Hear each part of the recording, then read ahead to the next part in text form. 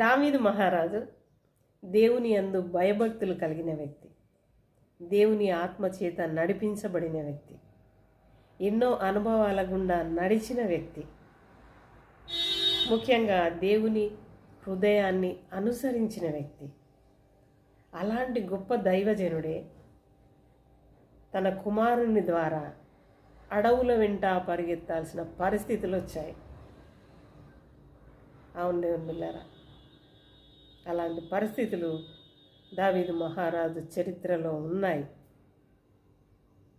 మరి దేవుని బిడ్డలారా, అప్పుడే కాదు, ప్రస్తుత దినాలలో కూడా దేవుని చేత ఏర్పరచబడి ఎన్నో సంవత్సరాలుగా ఎంతో మంచి సాక్ష్యాన్ని కలిగి ఉండి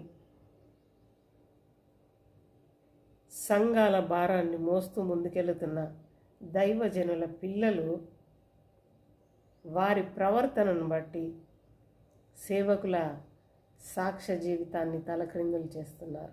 మనం చూస్తున్నాం.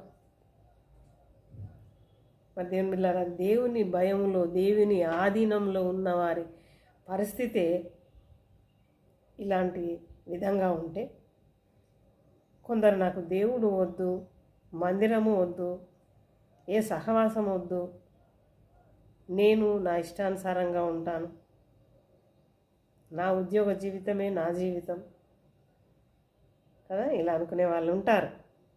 కానీ దేవుని బిడ్డలారా, దేవునిపై అనుకున్న వారి పరిస్థితే ఒక సమయంలో పిల్లల ద్వారా అలా ఉంది. అలాంటప్పుడు మరి నీ పరిస్థితి రేపటి దినాన ఏమవుతుందో ఒకసారి ఆలోచించారా? మరి దేవుని బిడ్డలారా, ఎప్పటికైనా పిల్లల చేతికి వెళ్ళాల్సి వస్తుంది.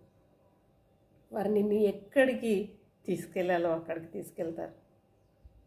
కాబట్టి దేవునితో సహవాసం చేద్దాం, ఆయన కృపలో ఉందాం.